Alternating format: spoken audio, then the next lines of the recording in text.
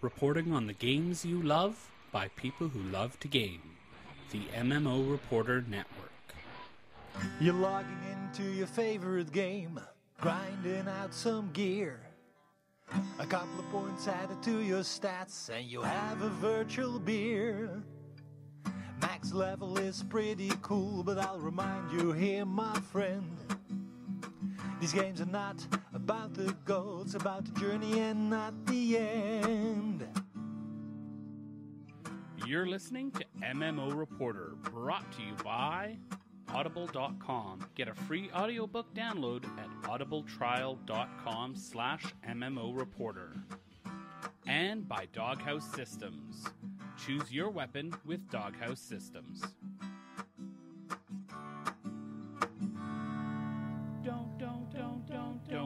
Don't forget about your ults you need to cherish. Each and every little character you've got, no matter what level they're at.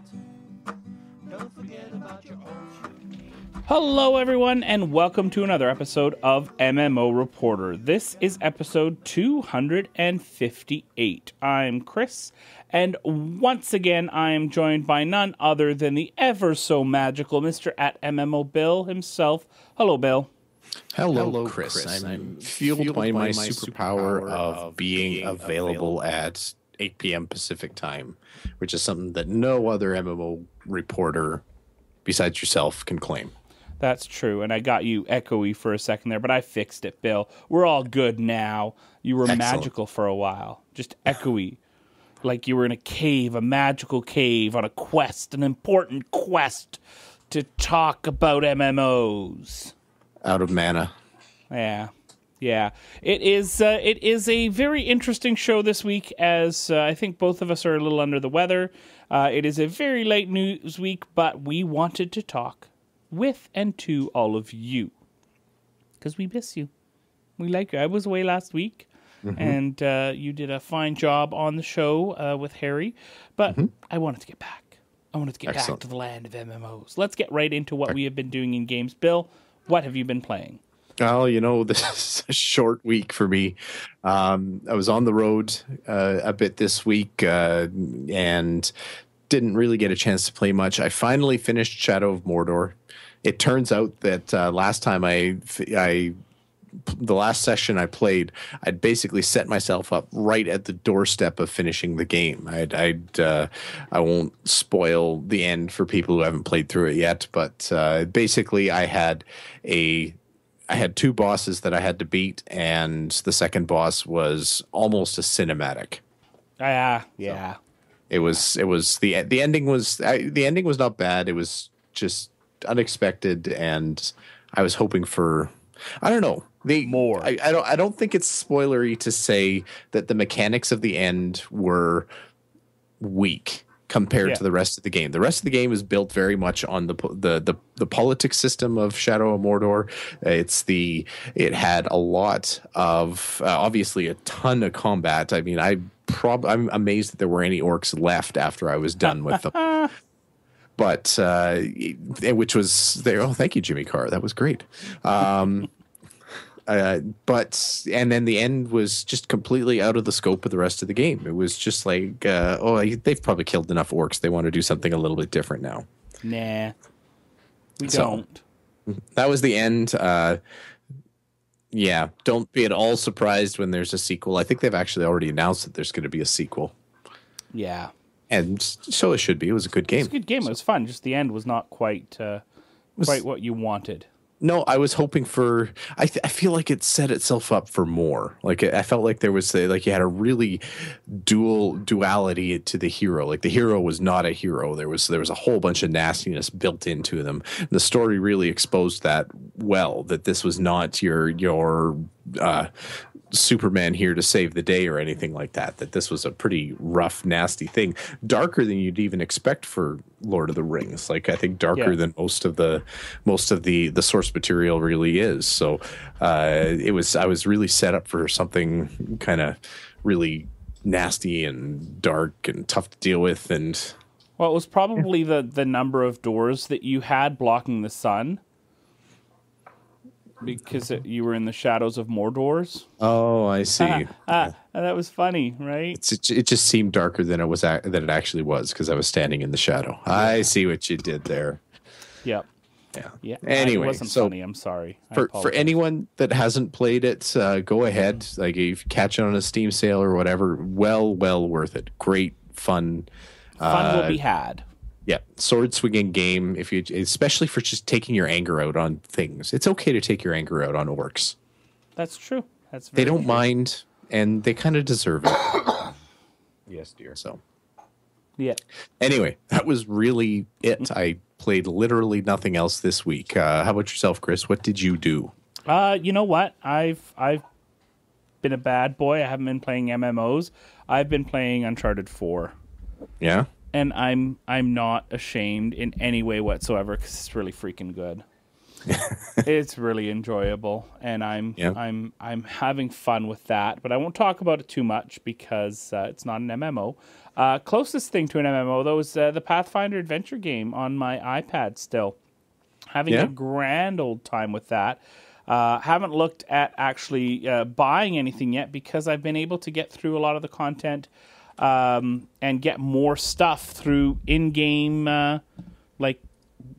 play. I've been gaining enough gold in game that I've been able to buy what I wanted to with the gold that I make in games. So I haven't needed to spend any money, and that's the best type of game that I like. When it's a free-to-play game, but it has stuff that you can buy, but you can earn it in game. Yeah. Yeah.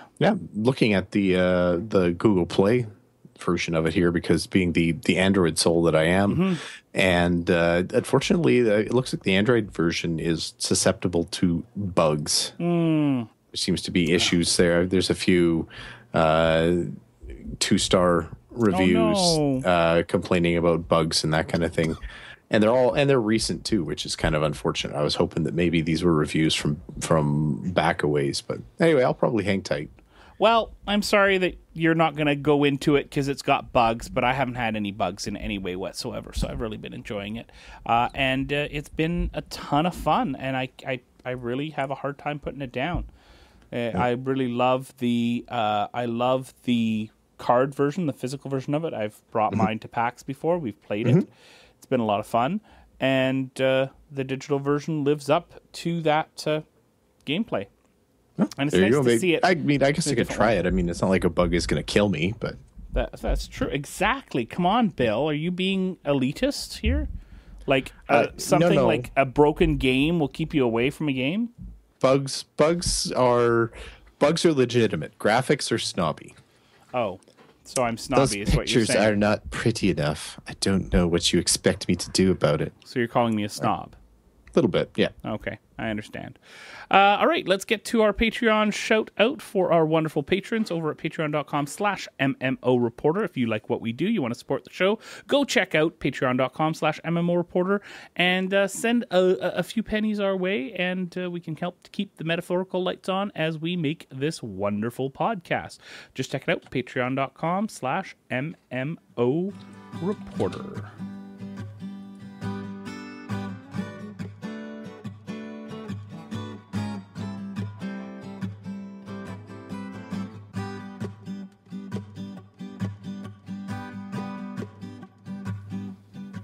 Bill, I could rock out to that music for way longer than I should. It's that abnormal. Was actually new. I don't think we've had that before. Do you know what it is? Do you recognize it?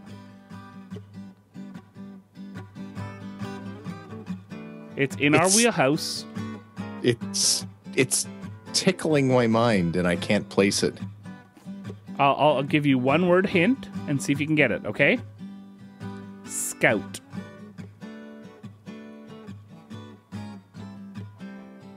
No luck.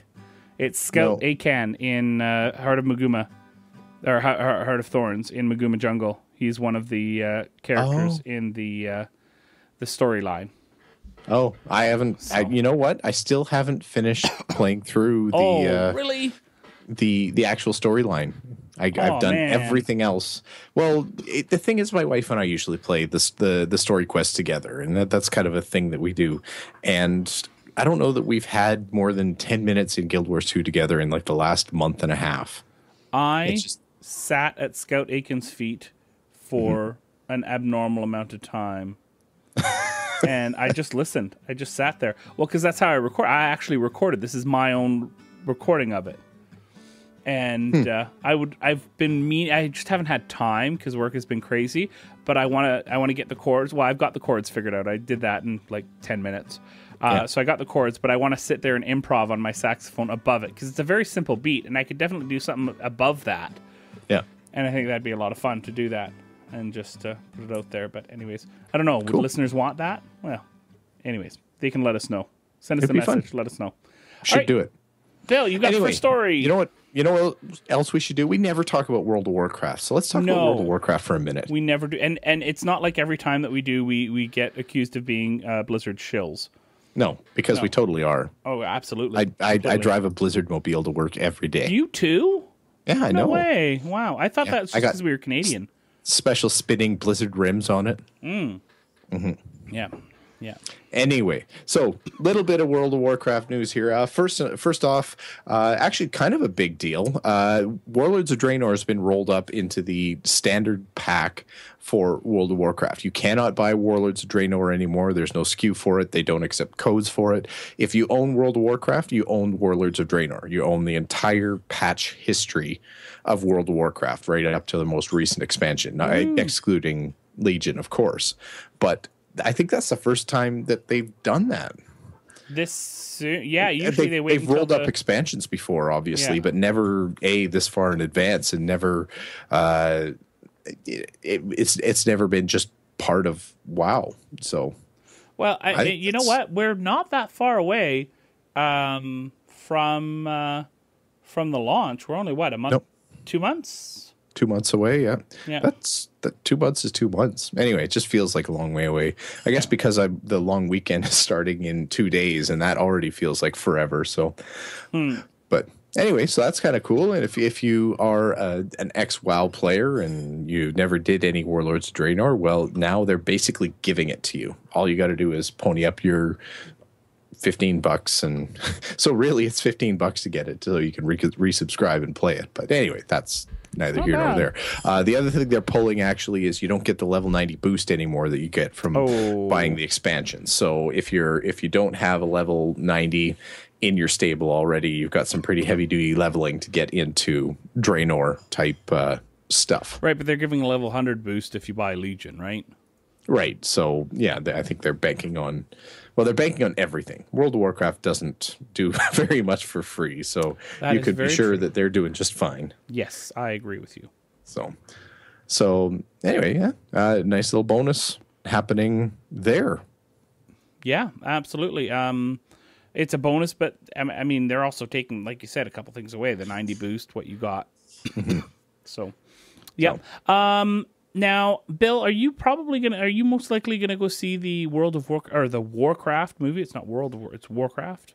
Yeah. Movie? Oh, I expect I will. I've seen a lot worse movies in person, so I expect. I mean, even if this is just mediocre and fan service, that's still meets my requirements. The more that people get to see it, apparently, the better it is. So, yeah. By the way, the chat room's saying you can still buy the level 90 boost, but it no longer comes with the game. Yeah, exactly. Because that expansion is no longer for sale. Because before you were buying the game and then the expansion. So that's why they bundled the boost in. Now you can buy it separately. So if you are going to go see the Warcraft movie and you live in the States and are going to go to a Regal Cinema or in some different parts of the world, there's a list on a post on the Battle.net site. You will get a whole bunch of cool stuff with it. You will get a transmog item and you will get a copy of the game. But hey, guess what, Bill? We're Canadians, so we are poop out of luck. We're not going to get anything. We get inferior Netflix and no World of Warcraft included with our movie tickets. To be fair, we're still a little ways off. The movie franchises in Canada could come through and sneak that in it's possible. I mean, Canada isn't as high profile a country, obviously, on the world stage as the United States or Romania or Serbia or Slovenia. You know, like we don't operate on the same political level as those kind of powerhouses. Yeah, we're just a small little nation. Depending on where you get it as well, you may get 30 days of game time as well. Not every location has that, but that's actually, that is actually a pretty sweet deal, all things considered. It's a night out of the movies, which is kind of a big deal for very, very old people like me. Plus a free month of WoW. I mean, it's actually a nice. I can see. I mean, I've seen the sense in the tie-in of the movie coming to the game and kind of re-inspiring interest in the game. But I'm seeing it even more now. So I would see that movie twice if it meant that I got 2 months of subscription. Here's the thing too. If you excuse me, if you set up refer a friend, get a second account set up, you'll get refer a friend bonuses with this free copy of the game that you got, and then you pay for like a month, and then you'll get the mount, pay for another month, and you get the pet. So if you want some stuff, I feel like that's well, you know what? It's not really an exploitation because the money is still being spent. So no, exactly. It's just making efficient use of things that you get. Mm-hmm. Yeah, I think that's pretty cool. There you go. That's pretty darn cool. Now, speaking of cool, this is my favorite bit of WoW news this week. Okay. So the big thing, this is huge. So pre-expansion, the change that they're making is that they're finally adding Gnome Hunters to the game, which is awesome because there's too many of those little bastards just crawling around everywhere in the game. I'm so glad that we're finally getting a little bit of population control for gnomes in this game. Wouldn't you agree, Chris? Isn't that just a great move? Yeah.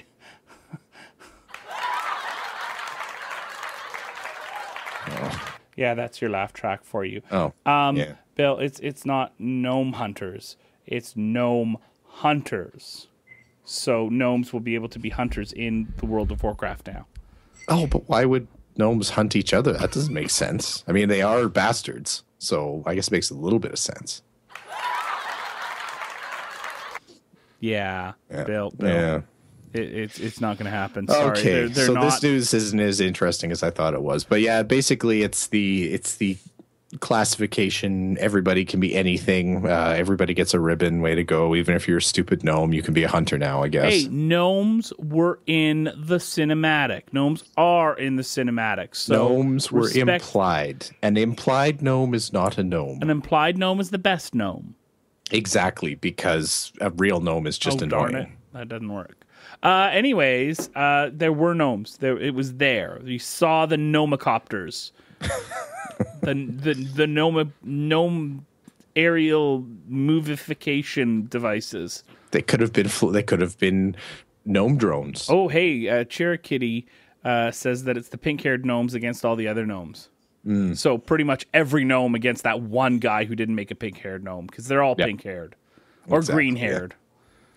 Yeah, the gnome hunter is the non-pink-haired gnome. Trying to fix the hair. That would be the factions, the green hairs against the pink hairs. Yeah. Because I don't think there's any other hair color that anybody in this history of World of Warcraft has ever chosen. No, probably not. No, I don't imagine. I can't see any reason why. So yeah, I mean, this is a continuation. When, I mean, obviously several years ago, paladins could be Taurens, and your holy cow was born.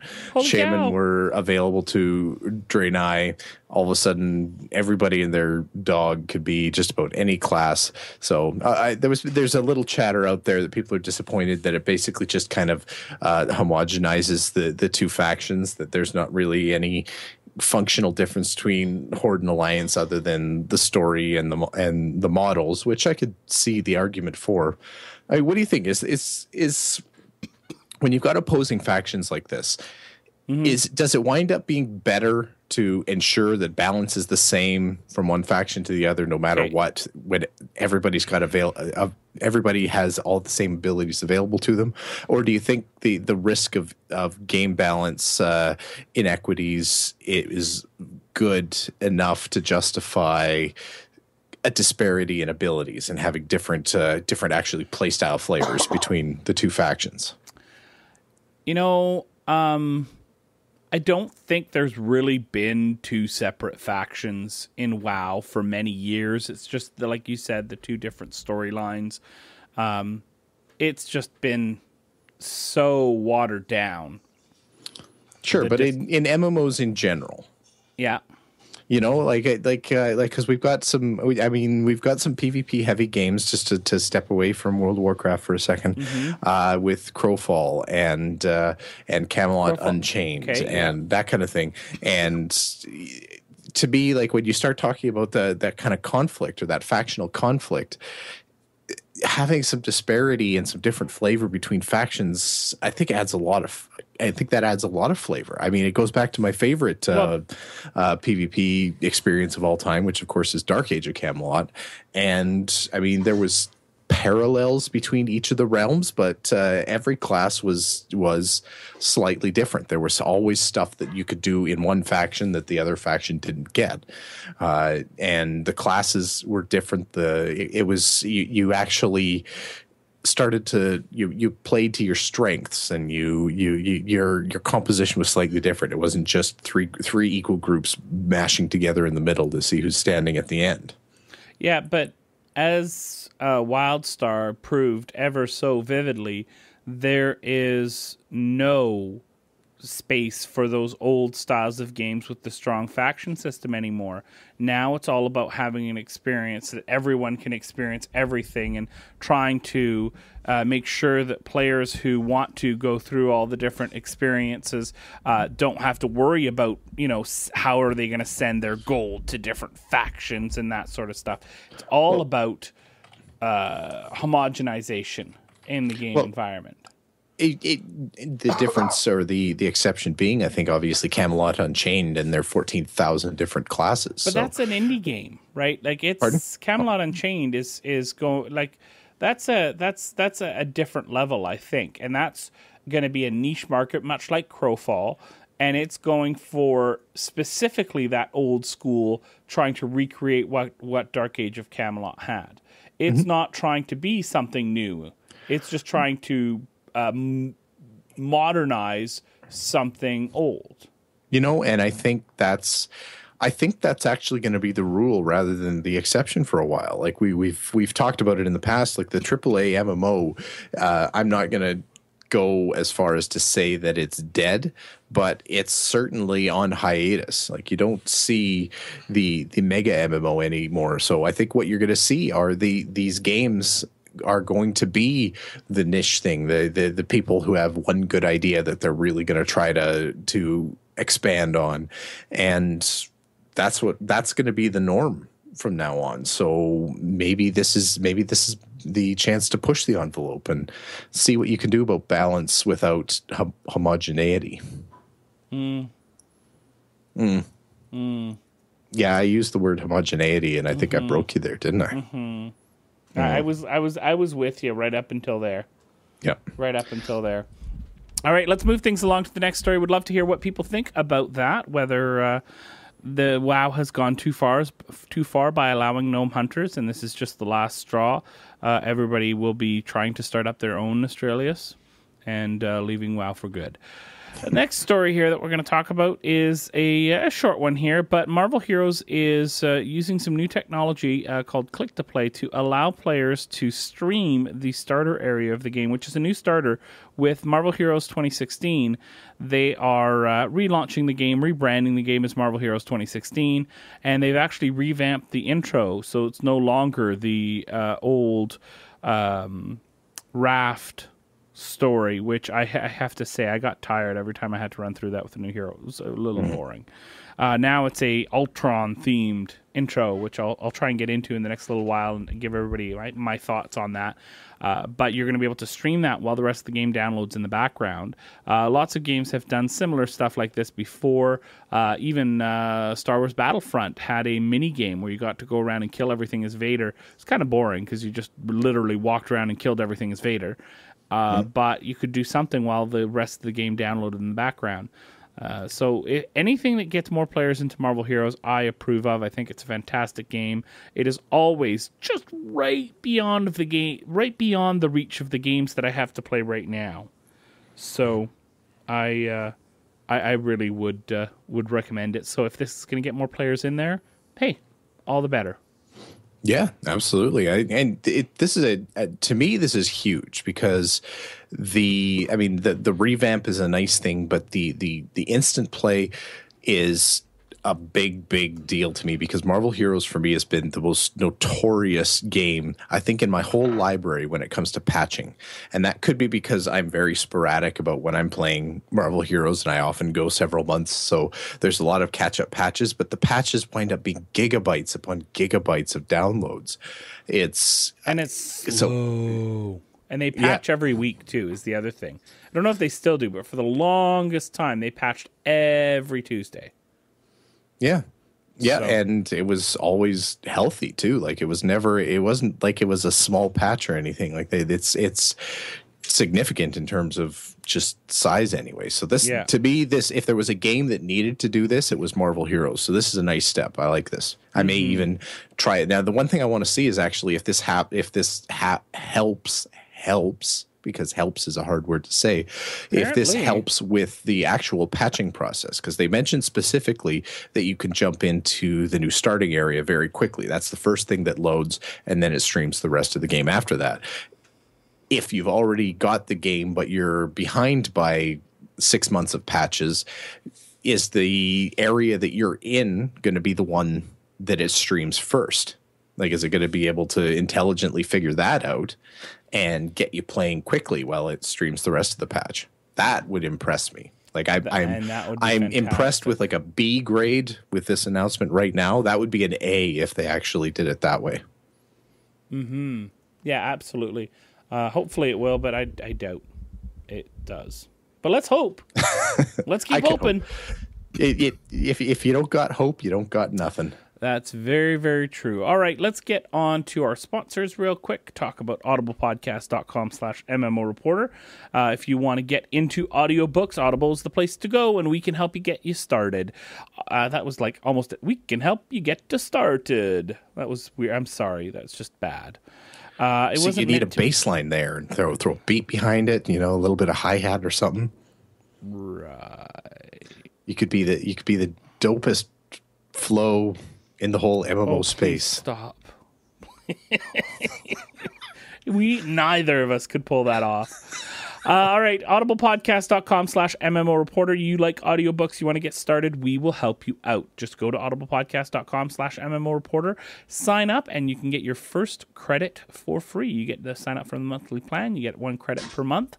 But hey, going to audiblepodcast.com/MMO Reporter will get you your first credit for free. Yay! And of course, Doghouse Systems. Go to doghousessystems.com/MMO, or not just doghousessystems.com. Use the coupon code MMO Reporter, and they will add a 120 gig SSD to your purchase. Go check them out, doghousessystems.com.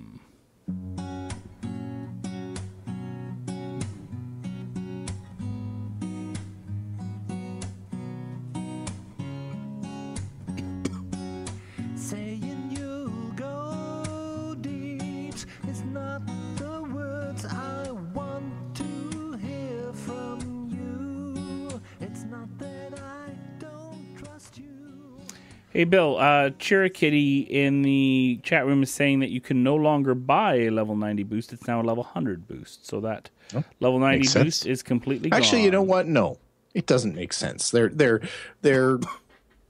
crapping all over Nostalrius and that. I mean, it's like they're just deliberately trying to kill anything that would give a little bit of nostalgia here. You don't even get those last 10 levels to go through.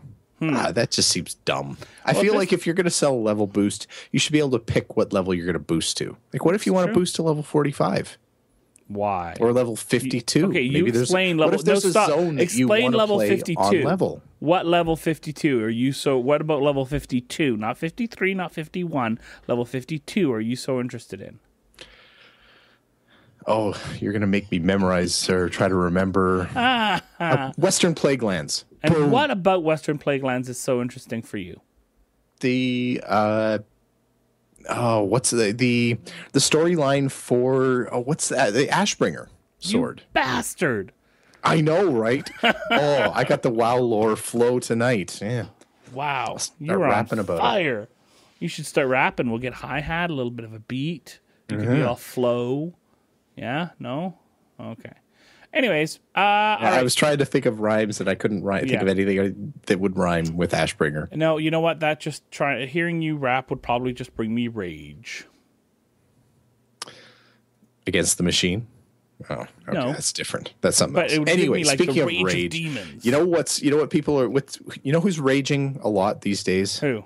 And they should really calm down. Just, take a Calmanex and just chill. I got the demons. Reference. They rage all the time, especially in Sword Coast Legends. Now, finally, the demons are raging with the Rage of Demons DLC being available for Sword Coast Legends on the PC. This is DLC that they were really pumping up during when we went to go see them at PAX last summer, and it was going to be available shortly after the game was released, and shortly after release apparently is about 7 months later. And they kind of fired everybody. Now, to be fair, that does make it harder to produce DLC. I can grant them that. I'll give them that. Because unlike what a lot of people believe, the DLC does not actually make itself. Some DLC actually does come off like it was made on its own, and it was just produced by its own burgeoning sentience. But no. Anyway, I am looking forward to this. Actually, I've been before I really got into my Shadow of Mordor kick, I was working through slowly the Sword Coast Legends story, and we were actually talking about this offline that we're going to get the Rage of Demons DLC going. We're going to create some tieflings, and we're going to try to play this as a multiplayer thing. Even if we're not going to have it DM'd, we're going to do Sword Coast Legends multiplayer because that's really what it was made for. Yeah, we will, and we'll do it on hard mode too. Mm-hmm. Yeah. So, anyway. So the other thing, too, is the console version has been delayed until later into 2016. And this is, I believe it's Digital Extremes that is doing the console version, not NSpace themselves. Because everybody in NSpace was, unfortunately... NSpace doesn't exist very much anymore. No. Well, it exists in that it's still a company and it's not completely closed, but I think there's 1 or 2 employees left. There's like one sentient server that's desperately churning out DLC. I seriously, I don't know how they got this out, but that's fantastic because I really enjoyed the game. The single player was my favorite part of it. So it deserves better. I like you said, unfortunately, the DM mode was not the magic that we hoped for, but it is it's like WildStar. It's a good game that deserves better than it got. Agreed. Yeah, look for it. Look for it on sale. It's worth getting. It's something that should be in your library. I think everyone on the team who's played it has recommended everybody else playing it, right? I don't know if there's anybody else that played it that didn't enjoy it. No, it's good. Single player. Like I said, let's just say the single player. Let's just clarify. The single player part is what we're talking about, because the multiplayer part was not necessarily as pleasant.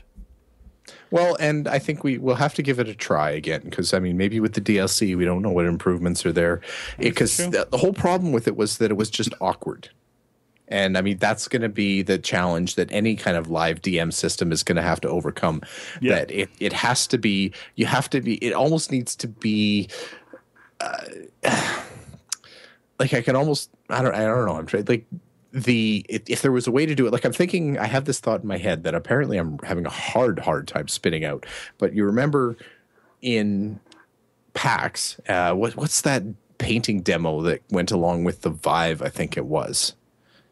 I didn't do a painting demo. I did the cassette tape demo thing. Maybe it was Oculus that had it. I can't remember. Anyway, there was a great demo where you could actually pull out some beautiful canvases and you could actually create some pretty amazing things. And the people that were going in there for their demos, you could actually see what they were creating. It was amazing stuff.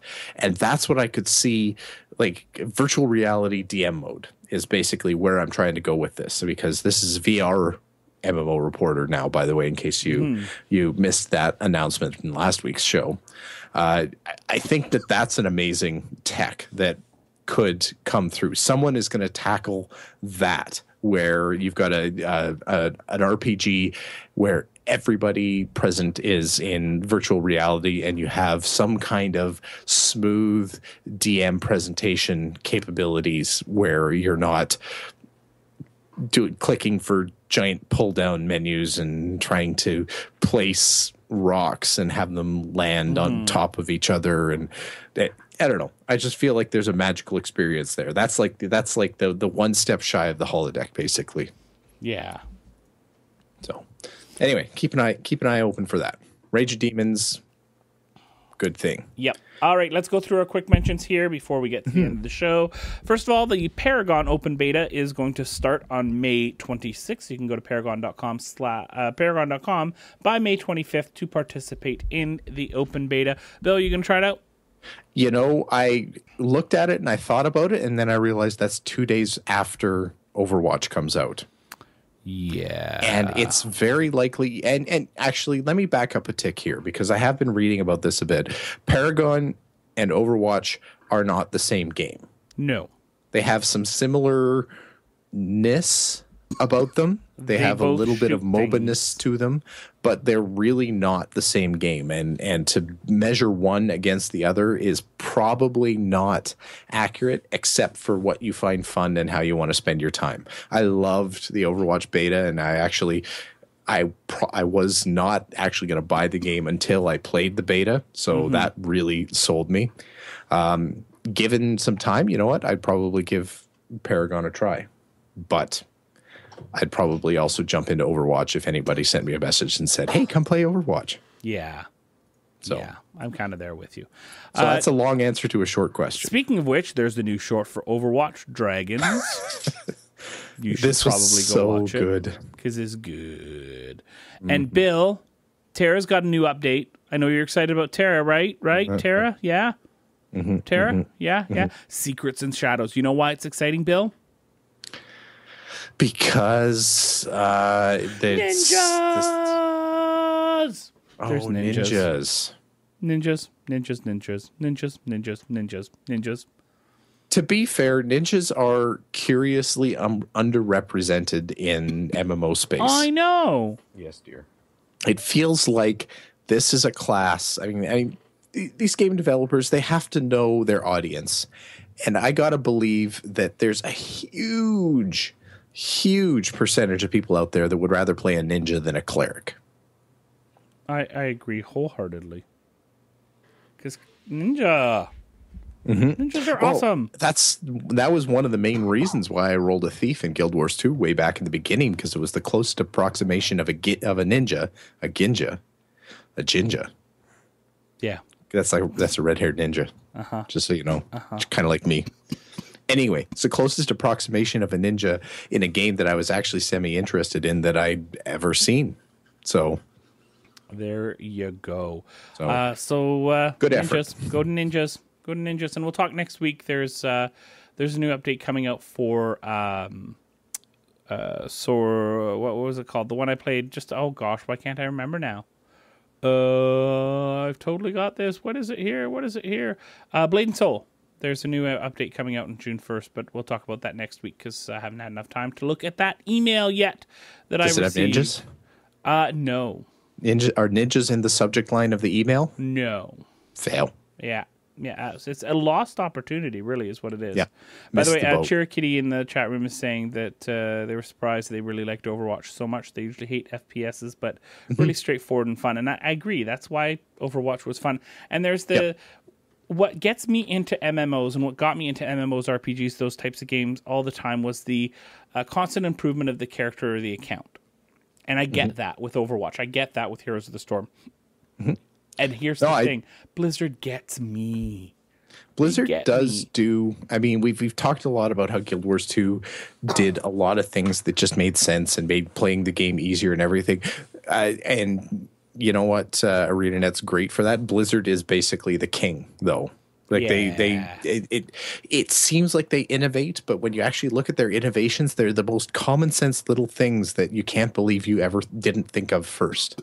Yeah, absolutely. Abso-freaking-lutely. All right, Bill, that's a show.